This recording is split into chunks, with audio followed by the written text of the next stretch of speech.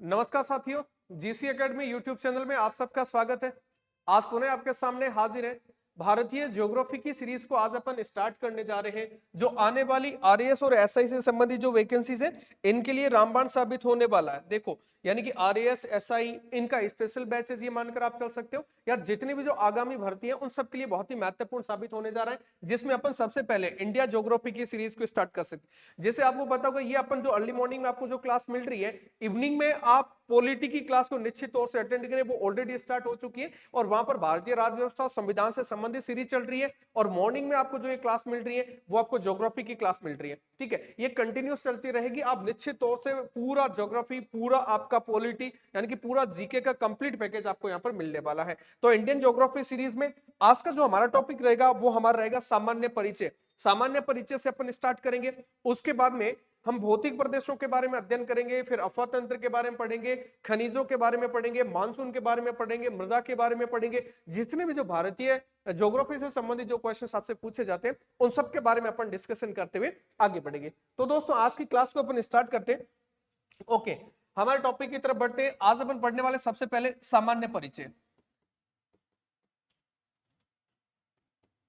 सामान्य परिचय के बारे में अपन अध्ययन करेंगे, यानी कि भारत का ज्योग्राफी का सामान्य परिचय अपन लेते हैं। सामान्य परिचय में सर क्या पढ़ना चाहिए? देखो, सामान्य परिचय की अपन बात करें, सबसे पहले अपन बात कर लेते हैं इनके बारे में नामकरण की।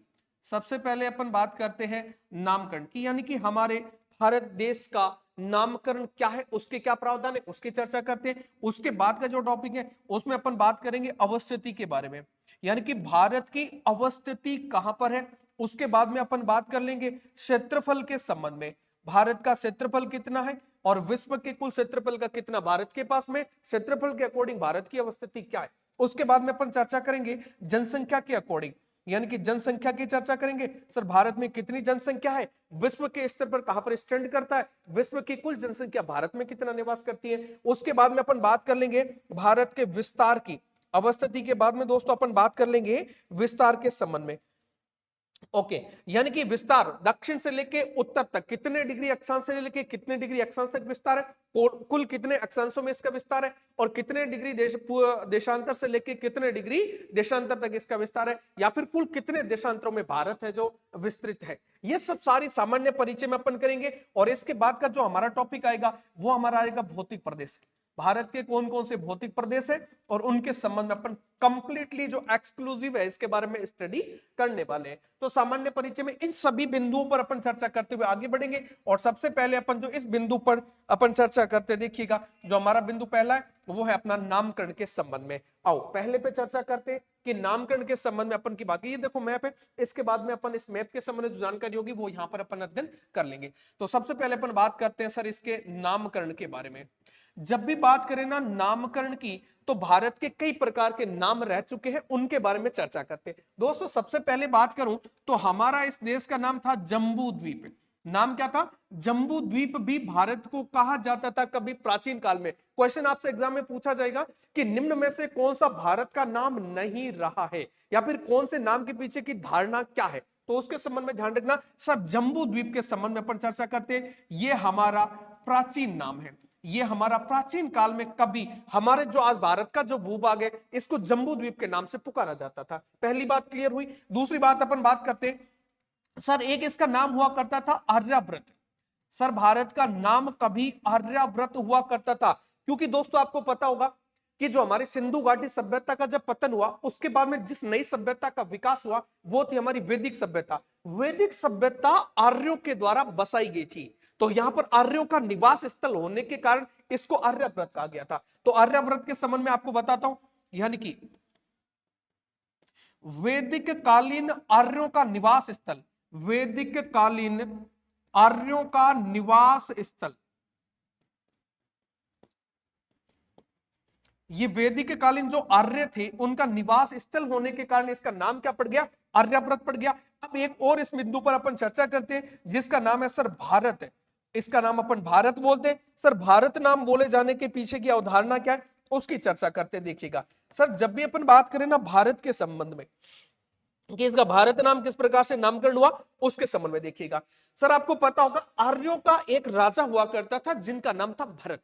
और आपको कहा जाता है कि सर इतिहास में जब महाजनपद कालीन जब इतिहास को पढ़ते तो भरत बहुत ही शक्तिशाली राजा हुआ करते थे, और भरत ने कहा जाता है सर शेर को एक बार उसमें जबड़े से पूरा चीर दिया था, उसके दो भाग कर दिए थे। इतना शक्तिशाली होने के कारण भरत नाम बहुत प्रसिद्ध हुआ था महाजनपद कालीन में। और फिर से इसके जो आसपास की जनता थी, ये तो यार भरत की संतान है, भरत से भारती और भारत पड़ गया नाम, है ना। भरत आर्यकालीन राजा भरत की संतान। देखो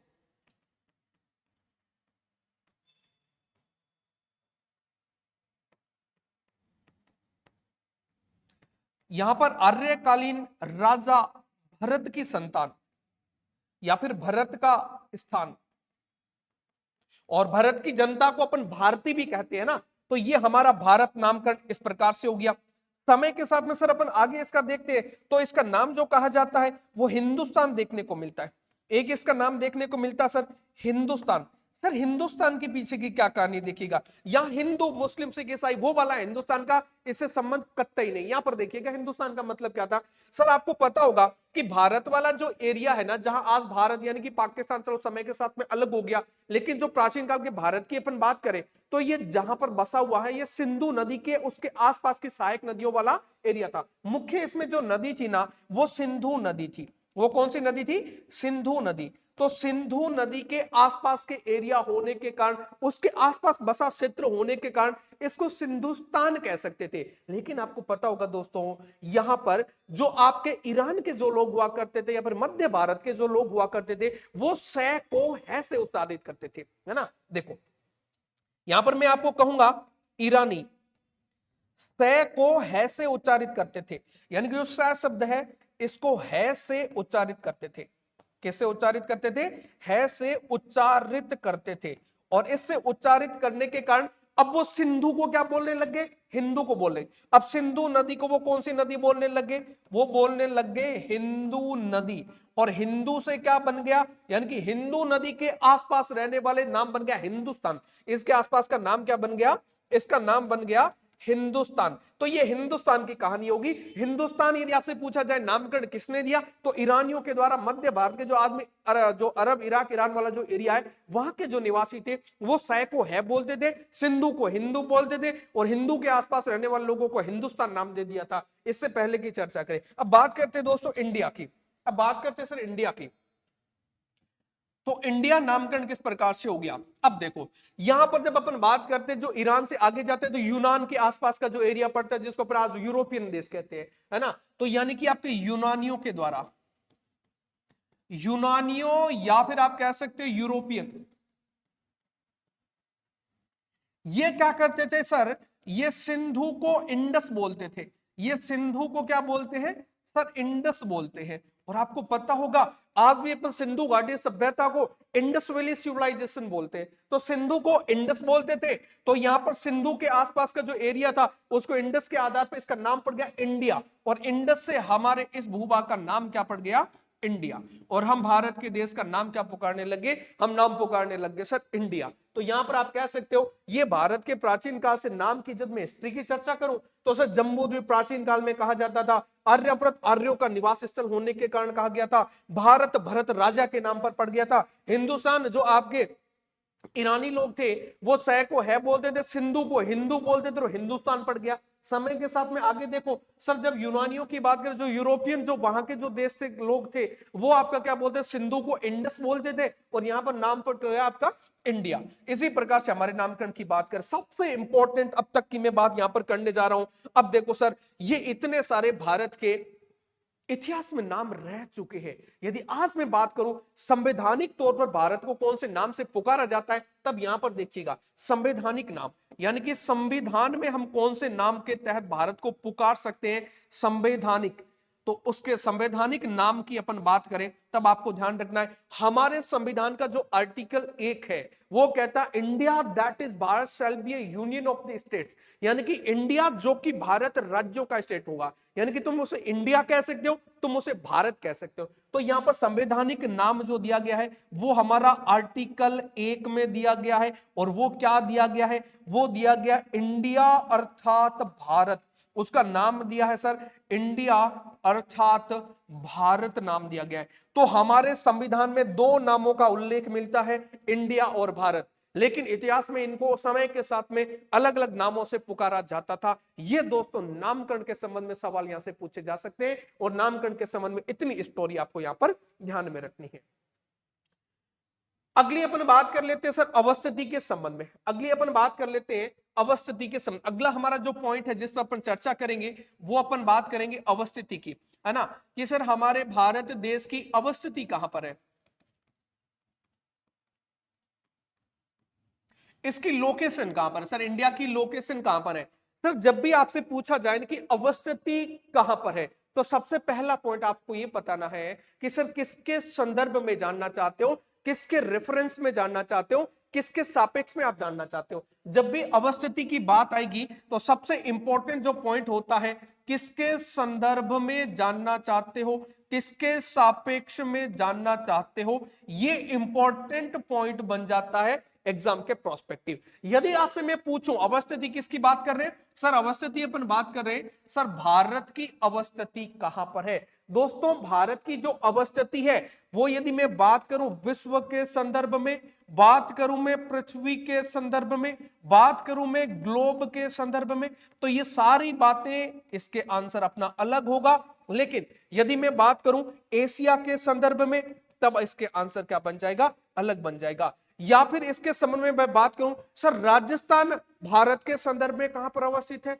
या फिर इंडिया सॉरी राजस्थान आपका भारत के संदर्भ में कहां पर अवस्थित है, या फिर कोई भी एक छोटा सा स्थान आपको जिले का जालोर का नाम दे दिया, वो भारत के संदर्भ में कहां पर अवस्थित है, ग्लोब के संदर्भ में कहां पर अवस्थित है, एशिया के संदर्भ में कहां पर अवस्थित है, तो उनके आंसर किस टाइप से फाइंड आउट करते हैं उनकी अपन चर्चा करते हैं, एक थीम के माध्यम से उसको समझते देखिएगा, फिर मैं इन सवालों पर आपके जवाब दूंगा। अब सबसे पहले देखो, सबसे पहले मैं यहां पर बात करता हूं कि सर ये आपका पृथ्वी है, ये मैंने ग्लोब बना दिया और यहां पर मैंने बना दिया सर ये पृथ्वी है, और इस पृथ्वी को मैंने दो भागों से काट दिया। इसके ऊपर वाला भूभाग को मैं क्या बोलूंगा, इसको मैं बोल दूंगा उत्तरी गोलार्ध बोलूंगा।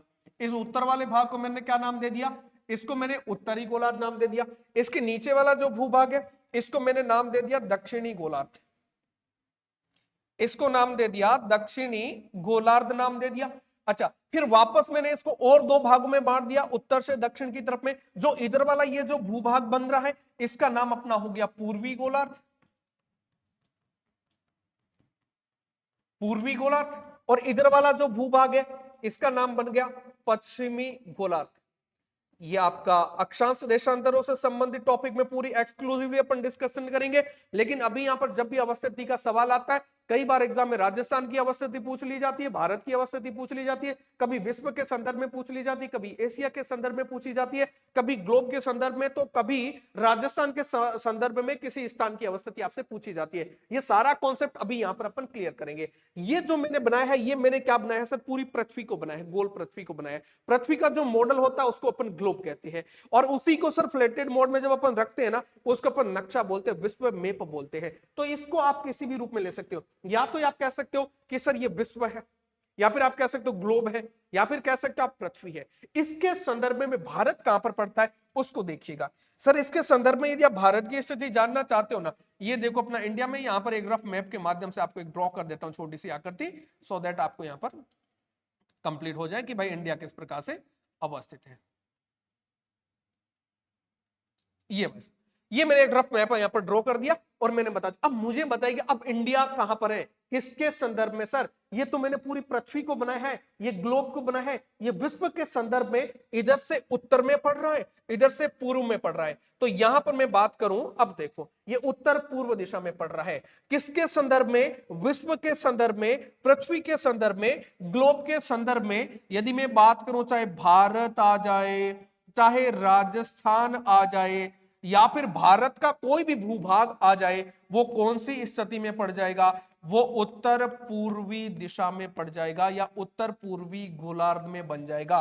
कैसे देखिएगा, यानी कि अब राजस्थान आपका कहां पर बन जाएगा, अब मैं राजस्थान को यहां पर डिनोट कर देता हूं, देखिएगा ये अपना कौन सा बन जाएगा, इधर अपना राजस्थान बन जाएगा। अब आप देखिएगा दोस्तों, राजस्थान इधर उत्तर पूर्व में पड़ रहा है नहीं पड़ रहा है, भारत उत्तर पूर्व में पड़ रहा है नहीं पड़ रहा है, भारत के अलावा भारत के जितने भी राज्य हैं वो सारे के सारे उत्तर पूर्व में पड़ रहे हैं। भारत के आसपास के पड़ोसी देश, चाहे मैं भूटान की बात कर लूं, चाहे मैं बांग्लादेश की बात कर लूं, नेपाल की, चाइना की, म्यांमार की, इधर श्रीलंका की बात कर लूं, कंबोडिया, थाईलैंड, वियतनाम की बात कर लूं, पाकिस्तान, अफगानिस्तान की बात कर लूं, ये जो भी आपका भूभाग पड़ रहा है ये सारे के सारे उत्तर पूर्वी गोलार्ध के अंतर्गत पड़ते हैं। भारत की बात करूं उत्तर पूर्वी गोल किसके संदर्भ में, पूरी पृथ्वी की बात करूं, पूरे विश्व के संदर्भ में बात करूं, ग्लोब के संदर्भ में बात करूं, तब का आंसर उत्तर पूर्वी बन जाएगा। चाहे भारत के किसी राज्य का नाम दे दे, चाहे उसमें किसी जिले का नाम दे दे, किसी स्थान का नाम दे दे, चाहे राजस्थान का दे दे, राजस्थान में किसी अवस्थिति का नाम दे दे, सारे के सारे कहां पर बन जाएंगे, उत्तर पूर्वी गोलार्ध के अंदर। तो मैंने क्या लिखा कि सर विश्व, पृथ्वी या ग्लोब के संदर्भ में भारत और राजस्थान कहां पर बनता है, उत्तर पूर्वी दिशा के अंतर्गत बनता है। दूसरी बात का ध्यान रखिएगा, जिसके संदर्भ में आपसे पूछा जाए उसको 4 भागों में बांट दीजिएगा और उसके संदर्भ में कहां पर स्थिति बनती है उसको आप है जो फाइंड आउट कर लीजिएगा। आगे देखिएगा, अब आपसे पूछा जाए कि भारत के संदर्भ में राजस्थान कहां पर है, सर आप देखिएगा ये जो हमारा भारत है, भारत को मैंने 2 भागों में बांट दिया।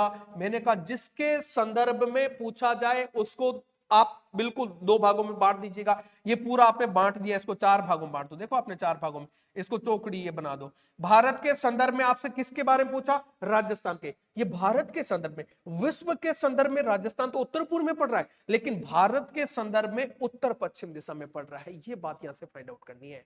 भारत के संदर्भ में राजस्थान कहां पड़ रहा है, ये उत्तर पश्चिम दिशा में पड़ रहा है। समझ रहे हो क्या? यदि यहां पर तेलंगाना की बात की जाए तो तेलंगाना भारत के संदर्भ में दक्षिण पूर्व दिशा में पड़ रहा है। वहीं पर आपसे बात की जाए सिक्किम कहां पर पड़ रहा है, सर सिक्किम यहां पर पड़ रहा है जो भारत के संदर्भ में उत्तर पूर्व दिशा में पड़ रहा है, लेकिन वही विश्व के संदर्भ में कहां पर पड़ रहा है, उत्तर पूर्व दिशा में पड़ रहा है।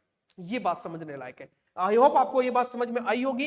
अब देखो यहां पर वापस मैं वहां पर पॉइंट लिख रहा हूं आपसे, विश्व, पृथ्वी या ग्लोब के संदर्भ में भारत या राजस्थान कहां पर है, तब आप बताते उत्तर पूर्व दिशा के अंतर्गत है। अब यदि आपसे पूछा जाए, दूसरा अपन इस पॉइंट पे चर्चा करते हैं कि भारत के संदर्भ में राजस्थान,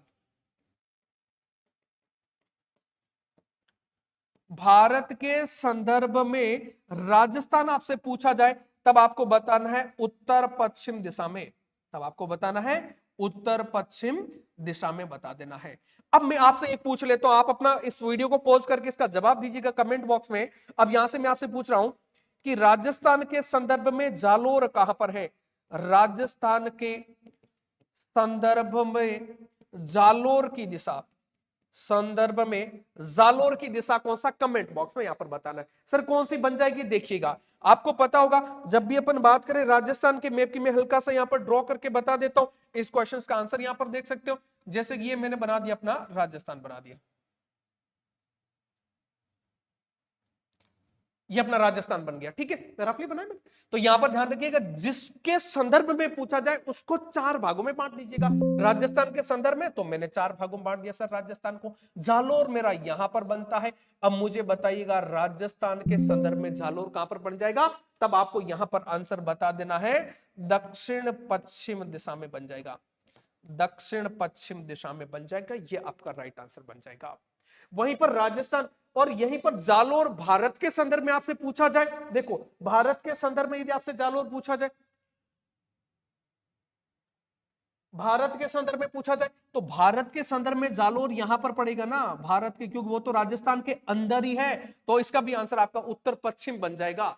लेकिन ध्यान रखिए राजस्थान के संदर्भ में तो राजस्थान को 4 से आपने 4 भागों में बांट दिया, भारत के संदर्भ में पूछा जाए तो भारत को 4 भागों में बांट दिया, पृथ्वी के संदर्भ में पूछा जाए, ग्लोब या विश्व के संदर्भ में, तो उसको 4 भागों में बांट देना है। ये ट्रिक यूज करनी है एग्जाम में। सबसे पहले ये बात का ध्यान रखना है किसके संदर्भ में पूछा जा रहा है उसको 4 भागों में बांटिएगा और उसके सापेक्ष उसकी अवस्थिति है जो वहां से फाइंड आउट कर लीजिएगा, ठीक है। तो यहां पर एक आपकी अवस्थिति के संदर्भ में ये पॉइंट क्लियर आपको होना चाहिए, जब भी किसके संदर्भ या सापेक्ष है, ये सबसे महत्वपूर्ण बात है। पहला क्वेश्चन है कि सर विश्व, पृथ्वी या ग्लोब के संदर्भ में भारत या राजस्थान, तब उत्तर पूर्वी दिशा आपको बता देना है। भारत के संदर्भ में राजस्थान कहां पर है, उत्तर पश्चिम दिशा बता देना है। राजस्थान के संदर्भ में जालोर कहां पर है, तब आपको यहां पर बता देना है। किसी भी टाइप से आपसे क्वेश्चन पूछा जा सकता है, जस्ट जिसके संदर्भ में पूछा जाए 4 भागों में बांटकर उसकी दिशा आप लोकेशन फाइंड आउट कर लीजिए। यदि पूछा जाए कि सर राजस्थान के संदर्भ में अलवर कहां पर है, तो आपने राजस्थान को 4 भागों में बांटा, अलवर को देख लिया। फिर पूछा जाए कि भारत के संदर्भ में अलवर कहां पर है, तो आपने भारत को 4 भागों में बांटा, राजस्थान इधर पड़ गया, राजस्थान में तो अलवर है ना, तो उत्तर पश्चिम दिशा में हो जाएगा। लेकिन राजस्थान के संदर्भ में अलवर उत्तर पूर्व दिशा में पड़ रहा है। आई होप आप इसको समझ पा रहे हो। फिर भी समझ में नहीं आ रहा है तो आप कमेंट बॉक्स में इसका पक्का जवाब लिखें, या फिर किस प्रकार से समझ में आया इसका रिस्पॉन्ड आपसे चाहूंगा मैं। अगला देखिएगा, ये 2 पॉइंट अपन यहां पर डिस्कशन कर चुके हैं। सबसे पहला हमने बात करी नामकरण के संबंध में, ये आपको डाउट क्लियर हो जाना चाहिए। उसके बाद का जो अगला जो हमारा पॉइंट था वो हमने बात करी अवस्थिति के संबंध में। अगला जो पॉइंट है जिस पर अपन डिस्कशन करने जा रहे हैं वो अपन बात करें क्षेत्रफल के संबंध में। क्षेत्रफल के संबंध में क्या बात आती है उसको ध्यान में रखिएगा। सबसे पहले क्षेत्रफल के संबंध में अपन बात करते हैं कि भारत का कितना क्षेत्रफल है, 3287,263। ये जो किलोमीटर स्क्वायर 3287,263 किलोमीटर स्क्वायर, ये हमारे भारत का क्षेत्रफल है, ये हमारे भारत का कुल क्षेत्रफल है। अब क्षेत्रफल के आधार पर भारत का कौन सा स्थान है, क्षेत्रफल के अनुसार भारत का कौन सा स्थान है विश्व के संदर्भ में, तो क्षेत्रफल में भारत का स्थान कौन सा है। तब दोस्तों आपको बताना है भारत 7वां सबसे बड़ा देश है, भारत 7वां सबसे बड़ा देश है, यानी कि विश्व के अंतर्गत 7वां। और विश्व में अपन बात करें सबसे बड़ा कौन सा है, देखो जब वर्ल्ड मैप की अपन क्लास लगवाएंगे तो उस समय आपको मैप के माध्यम से बताएंगे कि सबसे बड़ा रशिया बन जाता है ना। इधर मैप में देखो जब वर्ल्ड मैप इधर बना होता है तो इधर की साइड में रशिया, इधर कनाडा, उसके पास में यूएसए, फिर इधर की साइड में चाइना, इधर की साइड में ब्राजील, इधर की साइड में ऑस्ट्रेलिया, ऑस्ट्रेलिया के बाद में कौन सा बन जाता है, इंडिया बन जाता है। ये 7 बड़े देश है ना, उसमें 7वें नंबर पर इंडिया आता है, सबसे बड़ा रशिया है, फिर कनाडा, फिर यूएसए, फिर चाइना, फिर ब्राजील, फिर आपका ऑस्ट्रेलिया, देन आपका इंडिया आता है। 7 बड़े देश है। अच्छा अगला महत्वपूर्ण, तो यहां पर विश्व का प्रतिशत, यानी कि जो विश्व का कुल जो भूभाग है, कुल जो क्षेत्रफल है, उसका इंडिया कितने प्रतिशत है, बहुत महत्वपूर्ण है। तो यहां पर ध्यान रखना 2.43%, कितने परसेंट बन जाएगा, 2.43% बन जाएगा। 2.43% आपका क्या बन जाएगा, इंडिया बन जाएगा पूरे विश्व के संदर्भ में। यह महत्वपूर्ण बात है, 7वां स्थान है।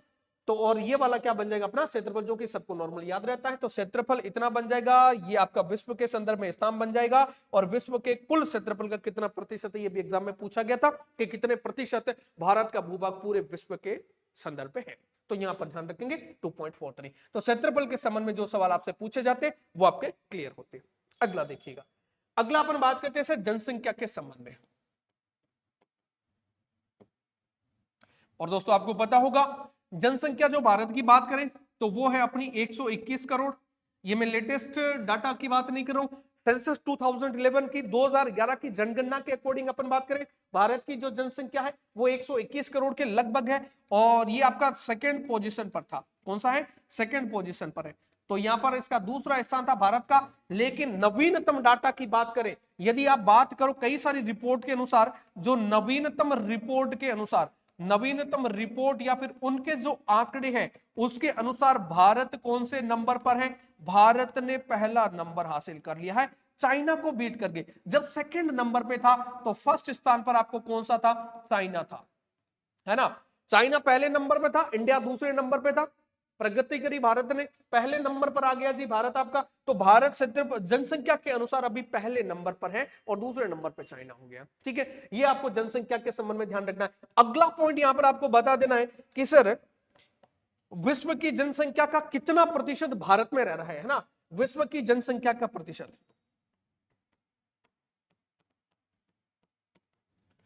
विश्व की जनसंख्या का प्रतिशत कितना है, विश्व की कुल जनसंख्या भारत में कितनी रह रही। जैसे हमने क्षेत्रफल में बात करी, विश्व के कुल क्षेत्रफल का भारत में मात्र 2.43% है, 2.4% आप याद रखिएगा। वहीं पर यहां 17.5% जनसंख्या रहती है। दोस्तों अपने आप में बहुत महत्वपूर्ण है, 17.5%, यानी कि 17.5% जनसंख्या टोटल विश्व की कहां पर रह रही, इंडिया में। एक अमेजिंग फैक्ट आपको बता देता हूं और वो एनसीईआरटी में मेंशन भी है, यानी कि 3 बड़े महाद्वीप, उत्तर अमेरिका की बात करूं, दक्षिण अमेरिका की बात करूं और ऑस्ट्रेलिया की बात करूं, इन तीनों महाद्वीप की जो जनसंख्या है उससे बढ़कर जनसंख्या कहां की है, इंडिया की है। देखो तो यहां पर अपन बात करें उत्तर अमेरिका, उत्तर अमेरिका प्लस अपन बात कर ले दक्षिण अमेरिका प्लस अपन बात कर ले ऑस्ट्रेलिया। प्लस अपन बात कर ले ऑस्ट्रेलिया, और की जनसंख्या से बढ़कर, कि जनसंख्या से ज्यादा भारत की जनसंख्या है, ज्यादा भारत की जनसंख्या है, ये अपने आप में एक फैक्ट है सर। तीन बड़े महाद्वीप में कितने देश है देख लीजिएगा, उन देशों से बढ़कर हमारी यहां पर क्या है, जनसंख्या है। तो जनसंख्या के संबंध में ये आपको पहलू ध्यान में रखने हैं। सबसे पहले हमारी जनसंख्या कितनी है, 121 करोड़ के समथिंग है। ये सबसे महत्वपूर्ण है कि टोटल जो विश्व की जनसंख्या का भारत का कितना प्रतिशत है, 17.5% हमारी जनसंख्या टोटल विश्व की जनसंख्या है। उसके संदर्भ में ध्यान रखना है, तीन बड़े महाद्वीपों से बढ़कर हमारी जनसंख्या या फिर उनके लगभग बराबर की जनसंख्या है भारत के पास में। तो जनसंख्या का ये पहलू आपको ध्यान में रखना है। तो ये अभी तक बिंदु हमने डिस्कशन करे। सबसे पहले हमने किसके संदर्भ में बात कर ली थी, कि भारत के नामकरण के बारे में बात करी थी। नामकरण के बाद में हमने अवस्थिति की बात करी थी। अवस्थिति के बाद में हमने जनसंख्या क्षेत्रफल की बात करी थी। क्षेत्रफल के बाद में हमने जनसंख्या के संदर्भ में बात करी थी। अब अपन बात करते हैं सर इसके विस्तार के संबंध में। अब अगला हमारा जो पॉइंट है वो अपन बात करेंगे किसके संदर्भ में, विस्तार के संबंध में बात करेंगे। इस अपन स्लाइड पर बात करेंगे कि भारत का हमारा विस्तार कहां से लेकर कहां तक है, उसके संदर्भ में चर्चा करेंगे। अगला हमारा जो पॉइंट है वो है विस्तार,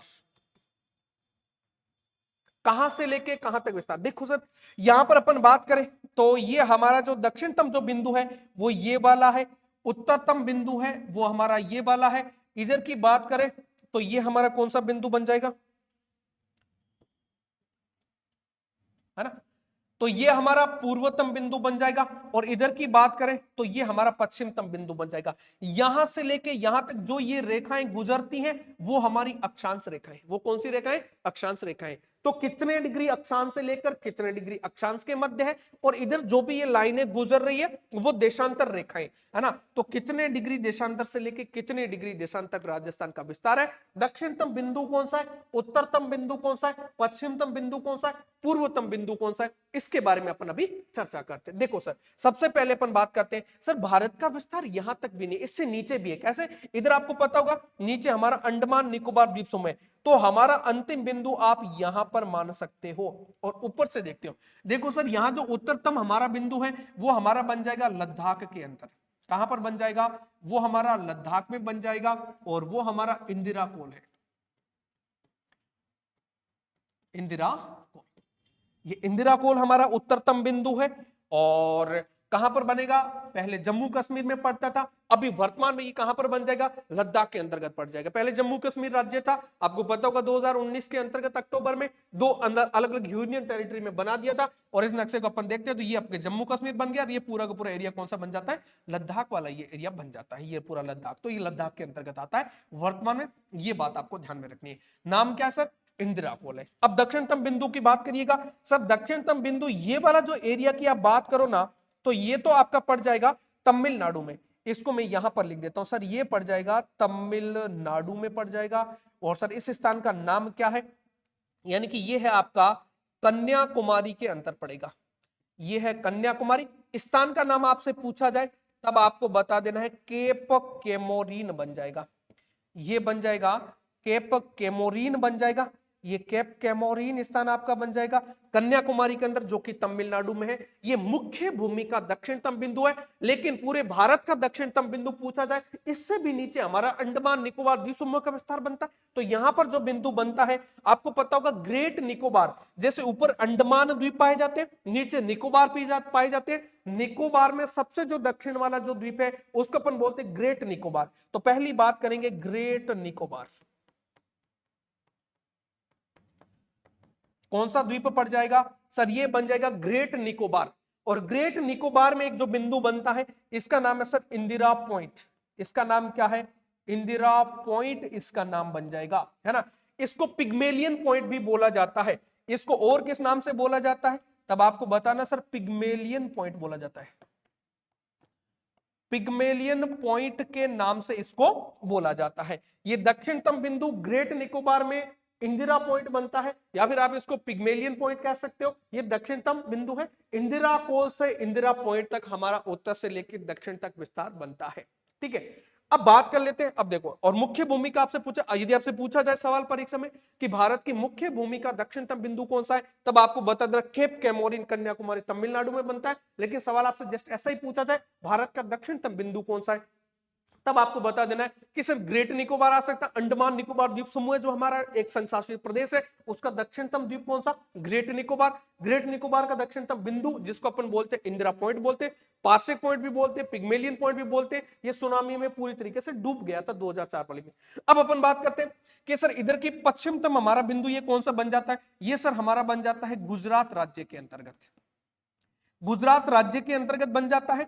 इसको सर क्रीक बोलते हैं ना। आगे अपन बात करते हैं सर क्रीक क्या होती है, खाड़ी क्या होती है, बे क्या होती है, गल्फ क्या होती है, बात करेंगे। तो स्थान सर क्रीक है, या फिर आप इसको बोल सकते हो सर गोरमोथा, गोरमोता, या फिर गुहार मोती भी इसको बोला जाता है, ठीक है। तो यहां अलग अलग नाम मिलते हैं, गोरमोता और सर क्रीक, ये हमारा कौन सा बिंदु बन जाएगा, ये बिंदु हमारा पश्चिमतम। और यदि पूर्वतम बिंदु की बात करूं, ये बन जाएगा अरुणाचल प्रदेश में।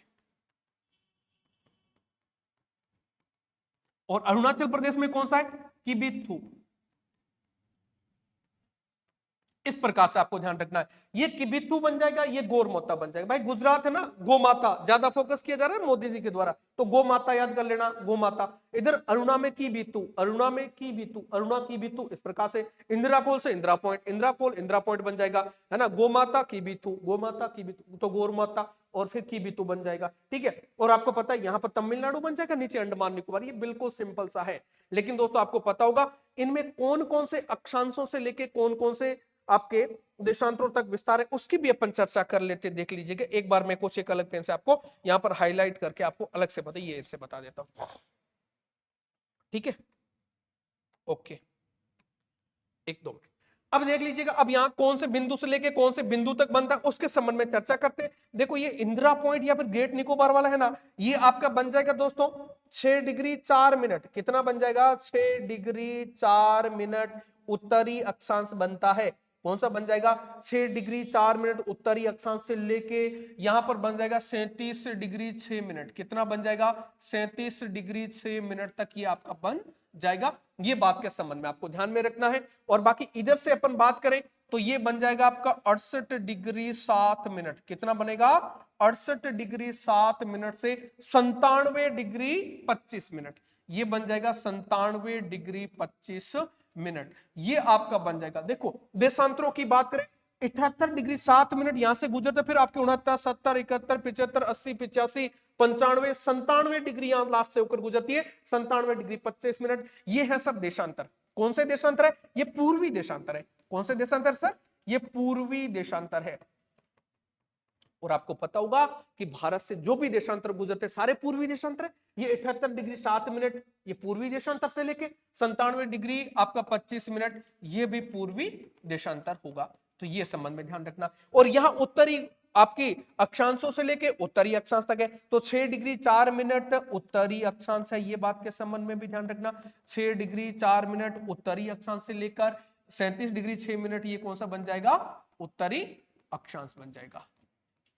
और यहां पर आपको ध्यान में रखना है, इधर यदि बात करें तो ये बन जाएगा सर 8 डिग्री 4 मिनट, कौन सा बन जाएगा, यदि इस वाले बिंदु की अपन बात करें 8 डिग्री 4 मिनट उत्तरी अक्षांश से लेकर 37 डिग्री 6 मिनट तक उत्तरी अक्षांश तक आपका क्या बन जाएगा, राजस्थान। इस अक्षांश से लेकर इस अक्षांशों तक कुल कितने अक्षांशों में, तो 30 अक्षांशों में। देखो यहां से लेकर लगभग 30 अक्षांश बन जाते हैं, और इधर से देशांतर कितने, तो वो भी कितने बन जाते हैं, लगभग 30 देशांतरों में भारत का विस्तार बनता है। ठीक है, तो यहां पर उत्तर दक्षिण पूर्व पश्चिम ये एक ही स्लाइड में सारी की सारी इंफॉर्मेशन आपकी यहां पर इंक्लूड हो जाती है। सारी की सारी चीजों को आप यहां पर चीजें देख सकते हो एक ही साथ में। और इनकी जो स्क्रीनशॉट है, ये सारी जो पीडीएफ अभी तक हमने जो पढ़ाई है ना, ये चीजें डिस्क्रिप्शन में इस वीडियो के नीचे जो अपना टेलीग्राम चैनल का जो लिंक दे रखा है वहां पर ये पीडीएफ आपको मिल जाएगी। यहाँ से कुछ आधे अधूरे स्क्रीनशॉट लेने की यहाँ पर कोई आपको नेसेसरी नहीं है। वहां पर जाइएगा और वहां पर टेलीग्राम चैनल को ज्वाइन करिएगा, और वहां पर जितनी भी इंफॉर्मेशन आती है, वीडियो के लिंक हो गए, जो भी इंफॉर्मेशन है, सारी चीजें वहां पर आपको मिल जाती है। और वहां पर ये जो भी मैं आपकी स्लाइड है, इन सब की पीडीएफ वहां पर फॉर्मेट आपको मिल जाती है। ये बात के संबंध में आपको ध्यान रखना है। तो एक बार आपको यहाँ पर ध्यान रखिए, कितने डिग्री अक्षांशों लेके कितने डिग्री देशांतरों तक आपका विस्तार यहाँ पर पाया जाता है। उत्तरतम बिंदु कौन सा, दक्षिणतम कौन सा, पूर्वतम कौन सा, पश्चिमतम कौन सा। कल अपन भौतिक प्रदेशों से इस क्लास की स्टार्ट करेंगे। हमारे साथ में बने रहने के लिए बहुत बहुत धन्यवाद। गुड नाइट, शुभ रात्रि, शब्बा खैर। मिलते हैं दोस्तों अगली क्लासेस में। धन्यवाद।